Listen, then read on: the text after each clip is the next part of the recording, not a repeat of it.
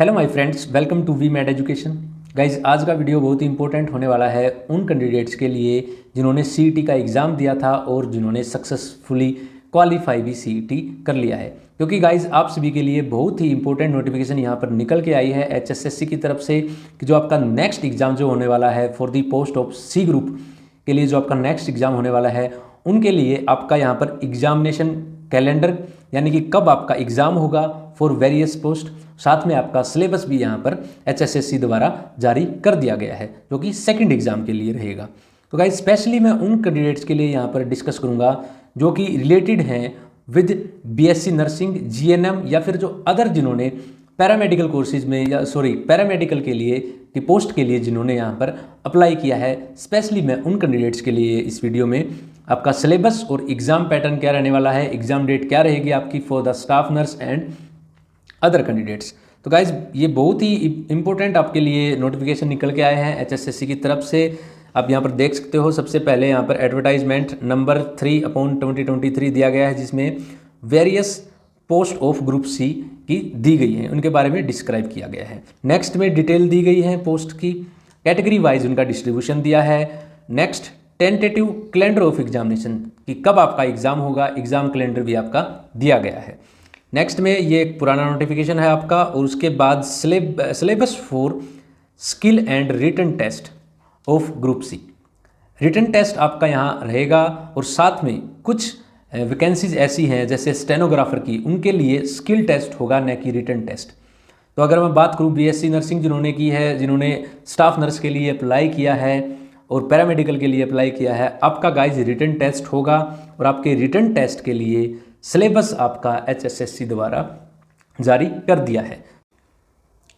और first of all guys start करते हैं स्टाफ नर्स के सिलेबस से। स्टाफ नर्स में गाइज जो आपका स्टाफ नर्स का सिलेबस है वो मेनली 3 कैटेगरीज में यहाँ पर डिवाइड किया गया है। फर्स्ट कैटेगरी में जनरल क्वेश्चन आपसे पूछे जाएंगे और फर्स्ट कैटेगरी की वेटेज यहाँ पर दी गई है 20%, यानी कि अगर आपका 100 क्वेश्चंस का एमसीक्यू का एग्ज़ाम होगा तो उसमें 20 क्वेश्चंस आपके जनरल स्टडीज़ से रिलेटेड होंगे, यानी जनरल अवेयरनेस, रीजनिंग, मैथमेटिक्स का क्वेश्चन आ सकता है, कोई साइंस का क्वेश्चन आ सकता है, हिस्ट्री ऑफ हरियाणा की हिस्ट्री यहाँ पर पूछी जा सकती है, करंट अफेयर के क्वेश्चन, लिटरेचर के, जियोग्राफी और एनवायरमेंट एंड कल्चर से रिलेटेड मोस्टली हरियाणा के क्वेश्चन यहाँ पर पूछे जाएंगे। नेक्स्ट कैटेगरी यहाँ पर दी गई है with related to computer. Computer से रिलेटेड आपके क्वेश्चंस होंगे, computer terminology, fundamentals, Word software, Excel software, PowerPoint, जो जनरल कंप्यूटर के क्वेश्चन है वो यहाँ पर पूछे जाएंगे। और 100 एमसीक्यू का अगर एग्ज़ाम होगा आपका तो उसमें 10 क्वेश्चन आपको कंप्यूटर के देखने को मिलेंगे। नेक्स्ट आपका कैटेगरी रहती है सब्जेक्ट रिलेटेड सब सिलेबस। जो आपका बीएससी नर्सिंग जीएनएम का सिलेबस है उसी के बेस पर आपके 70% यानी 100 में से 70 क्वेश्चंस आपके जो आपने बीएससी नर्सिंग में जीएनएम में पढ़ा है वहाँ से क्वेश्चन पूछे जाएंगे। तो गाइज, ये अब की बार बहुत बड़ी अच्छी गुड न्यूज़ आपके लिए है, क्योंकि जो पहले एग्ज़ाम होता था उसमें मोस्टली जो जनरल अवेयरनेस के और ये हरियाणा से रिलेटेड क्वेश्चन ज़्यादा पूछे जाते थे, मैथ के क्वेश्चन ज़्यादा, इंग्लिश के क्वेश्चन ज़्यादा पूछे जाते थे। और यहाँ पर आपका जो सब्जेक्ट रिलेटेड सिलेबस रहता था बहुत कम रहता था, अराउंड 20 to 30% रहता था। बट यहाँ पर अब की बार एचएसएससी ने ये बहुत बड़ा अपग्रेड यहाँ पर दिया गया है कि आपका जो सब्जेक्ट रिलेटेड 70% वेटेज यहाँ पर दी गई है। ये बहुत ही एक गुड न्यूज़ आपके लिए होगी, क्योंकि गाइज वो कंप्यूटर है और जो ऊपर वाला जनरल वाला जो कैटेगरी है वो आपने जो पहले वाला एग्ज़ाम हुआ था सीईटी का उसके लिए भी पढ़ा होगा।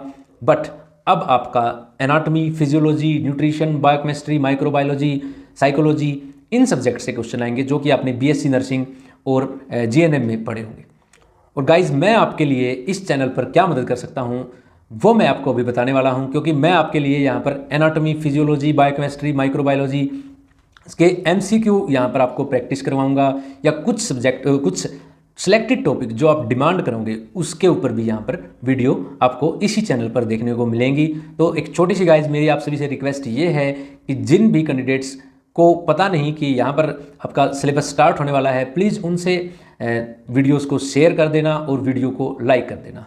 मई में गाइज आपका एग्ज़ाम होने वाला है, second week of the May में आपका एग्ज़ाम होने वाला है। एक बार एग्ज़ाम कैलेंडर आप भी देख लेना वेबसाइट पर, एचएसएससी की वेबसाइट पर चेक कर लेना, या फिर जो ये जितनी भी फाइल्स हैं ये न्यूज़ नोटिफिकेशन मैं डिस्क्रिप्शन बॉक्स में भी इनका लिंक डाल दूंगा। तो सबसे पहले स्टार्ट करते हैं एनाटॉमी में क्या पूछा जाएगा। Anatomy as you know guys, जो हमारे जो स्ट्रक्चरल पार्ट जो होता है बॉडी का, उससे रिलेटेड यहाँ पर क्वेश्चन पूछे जाएंगे। Introduction to anatomy, introduction to human body, skeletal muscle से रिलेटेड, स्केलेटल सिस्टम से रिलेटेड, नर्वस सिस्टम से रिलेटेड, जितने भी बॉडी में हमारे सिस्टम होते हैं, एनाटॉमी और फिजियोलॉजी में जितने भी हम सिस्टम्स के बारे में पढ़ते हैं उनके बारे में क्वेश्चन पूछे जाएंगे। न्यूट्रिशन के बारे में, जैसे introduction carbohydrate, fat, energy, vitamin, minerals, water, electrolyte, basically ये न्यूट्रिशन वाला पार्ट आप बायोकेमिस्ट्री में भी कवर करते हो। और बायोकेमिस्ट्री में यहाँ पर introduction and structure of function of cell membrane, cell से रिलेटेड, सेल के अदर जो ऑर्गेनल होती हैं उनके बारे में, प्रोटीन्स के बारे में, लिपिड्स के बारे में, और ये विटामिन्स, मिनरल्स एंड इम्यूनोकेमिस्ट्री के क्वेश्चन यहाँ पर पूछे जाएंगे। नर्सिंग फाउंडेशन नेक्स्ट सब्जेक्ट है आपका, नर्सिंग फाउंडेशन, जिसमें आपकी हॉस्पिटल एडमिशन एंड डिस्चार्ज को, जो एक स्टाफ नर्स का काम रहता है हॉस्पिटल में, उससे रिलेटेड आपके क्वेश्चन पूछे जाएंगे। Infection control in clinical setting, administration of medication, जो आप मतलब जनरल हॉस्पिटल में जो परफॉर्म करते हो उससे रिलेटेड क्वेश्चन पूछे जाएंगे। नेक्स्ट सब्जेक्ट है आपका psychology, introduction to psychology, biology of behaviour. Basically आपने ये तो मतलब आपके ड्यूरिंग कॉलेज आपने ये सारे सब्जेक्ट स्टडी किए होंगे, होप सो। और मैं अभी इनसे रिलेटेड जितने भी MCQ आपके बनेंगे वो आपको करवाने वाला हूँ। कल से ही हमारी क्लासेस स्टार्ट होंगी ऑनलाइन, जो कि आप सभी के लिए फ्री ऑफ द कॉस्ट रहेंगी। नेक्स्ट सब्जेक्ट आपका रहेगा माइक्रोबायोलॉजी, जिसमें introduction to general microbes and infection control pathogens में भी थोड़ा बहुत जो बैक्टीरियाज के बारे में, वायरसेस के बारे में आपके माइक्रोबायोलॉजी के क्वेश्चन पूछे जाएंगे। नेक्स्ट इज सोशियोलॉजी का आपका नेक्स्ट सब्जेक्ट है, जिसमें introduction to individual, society, culture, biodiversity, conservation, next subject आपका गाइस ये है। तो BSc नर्सिंग के बाद हम डिस्कस करेंगे जो आपका रेडियोग्राफर का एग्जाम होने वाला है। पैरामेडिकल में जो रेडियोग्राफर का एग्जाम होने वाला है उसमें क्या क्या पूछा जाएगा। मोस्टली गाइज अगर मैं बात करूं, चाहे वो स्टाफ नर्स का हो, चाहे वो other paramedical like radiographer, medical lab technologist, तो गाइज इन सभी में ऑप्थेल्मोलॉजिस्ट है, OT टेक्नीशियन है, मोस्टली जो आपका जनरल एनाटॉमी एंड फिजियोलॉजी है वो तो लगभग सभी कोर्सेज में अप्लाई होती है।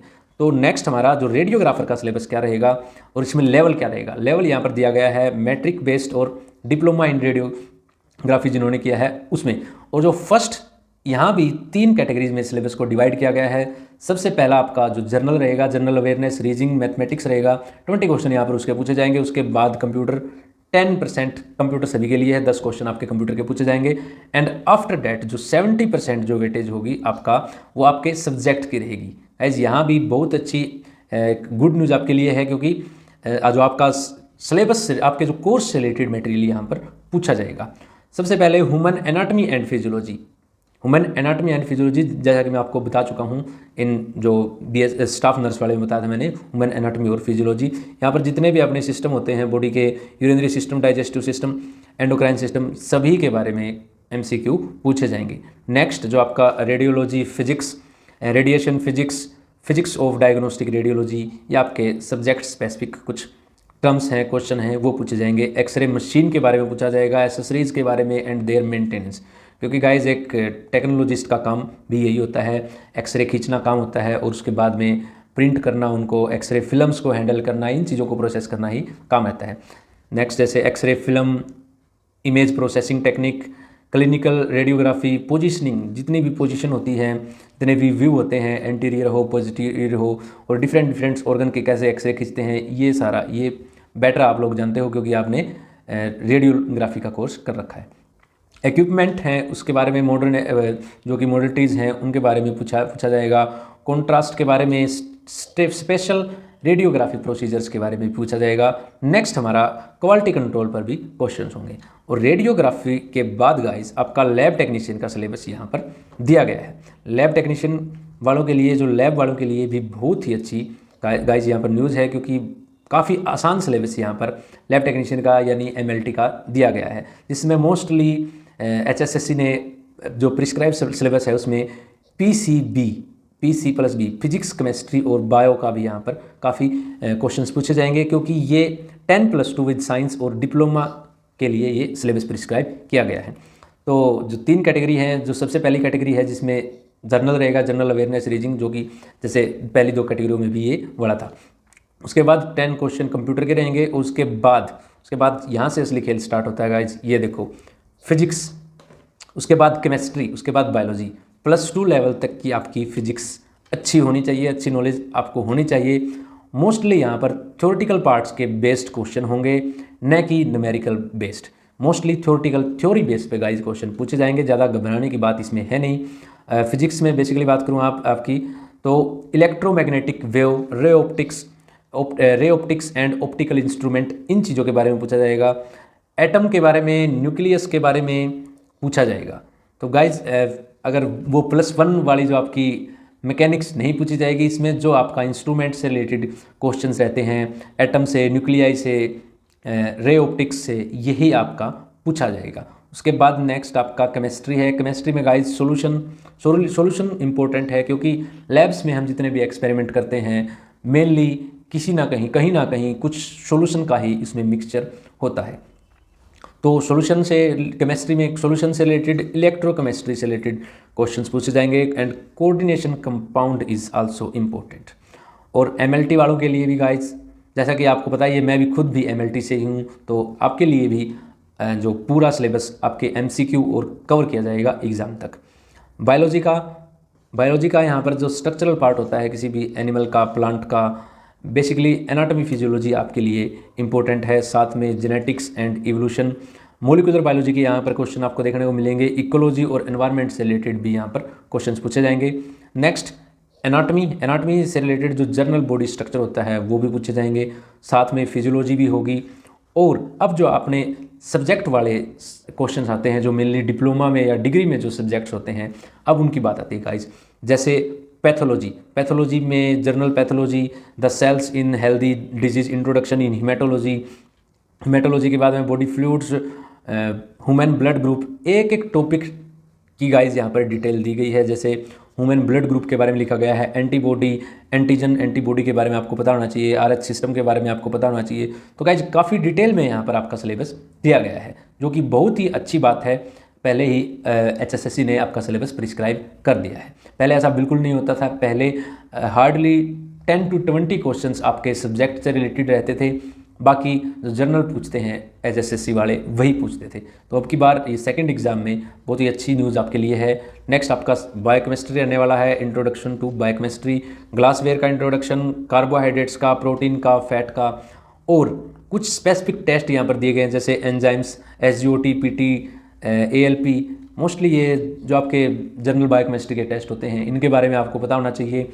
नॉर्मल वैल्यूज़ आपको पता होने चाहिए। काफ़ी डिटेल में यहाँ पर सिलेबस आपसे नहीं पूछा जाएगा। मेटाबॉलिज्म, मुझे नहीं लगता मेटाबॉलिज्म के कुछ ज़्यादा क्वेश्चन होंगे, बट थोड़ा बहुत इसमें हो सकता है।